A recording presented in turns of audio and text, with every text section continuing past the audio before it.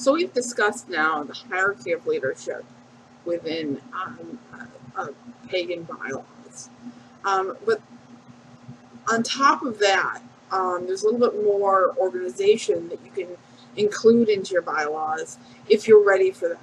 Now, one thing that I didn't mention before that I should mention now is that bylaws are not set in stone.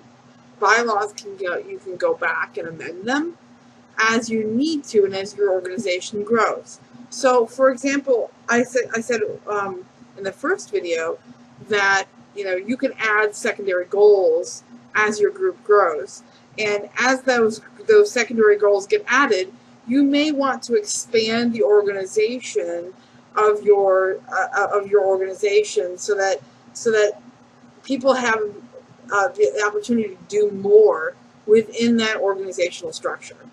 And so with that in mind, you may want to set up some roles within your hierarchy of leadership.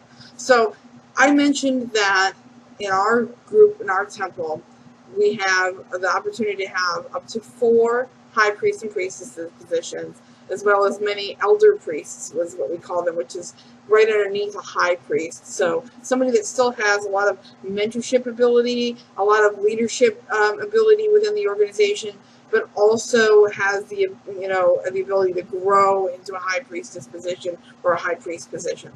So when you have those types of structures, then you have the ability to delegate certain responsibilities and roles to those individuals. So you might want to say, okay, elder priests and priestesses have the ability to teach classes, and here are the classes that we have available right now, or here's the areas that we're focusing on right now. You don't have to list all of your classes within your bylaws, but you can say, for example, that we have a director of communications and they're teaching a marketing class, for example. And that's just one example. You can use that any way that you want. But usually within a hierarchy structure of a temple that wants to grow, you have certain people that perform certain tasks within a leadership structure.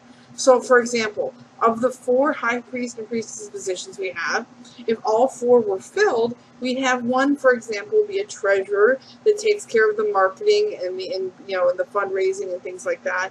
You'd have a secretary, one that keeps track of meetings and also any communication with members, so that there's a question that they need to field to a certain person, they can do that.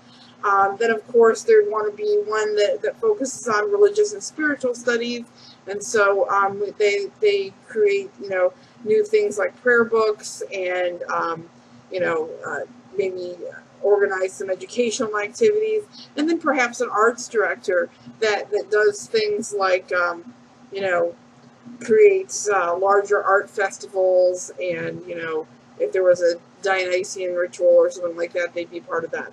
So you can see all the different opportunities that you have when you have enough people and you have this structure that you can expand upon, that you put in your bylaws, so that you can grow as people become more interested and you get more people in your leadership. You can assign more responsibilities to those people. So you can start it as small, and then as that organization grows, you can always add more responsibilities and more roles for those people.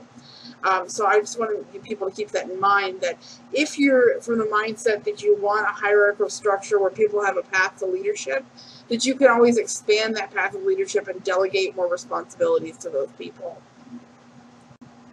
So the next thing that I want to talk about in this video is how decisions are made within your pagan organization. It's the next part of your bylaws. So there's lots of different ways that this can be done. The most common way, and probably the most preferred way by members, is voting. And while this can be a little bit messy and it can be a little bit awkward at times and sometimes frustrating, it also allows people within your organization to feel like they have a little bit of say in what goes on. Now, there's some decisions where you may just want to delegate that to hierarchy of leadership, and other decisions where you think it's more appropriate to vote. However you decide to do that, you need to put those rules and regulations within your bylaws.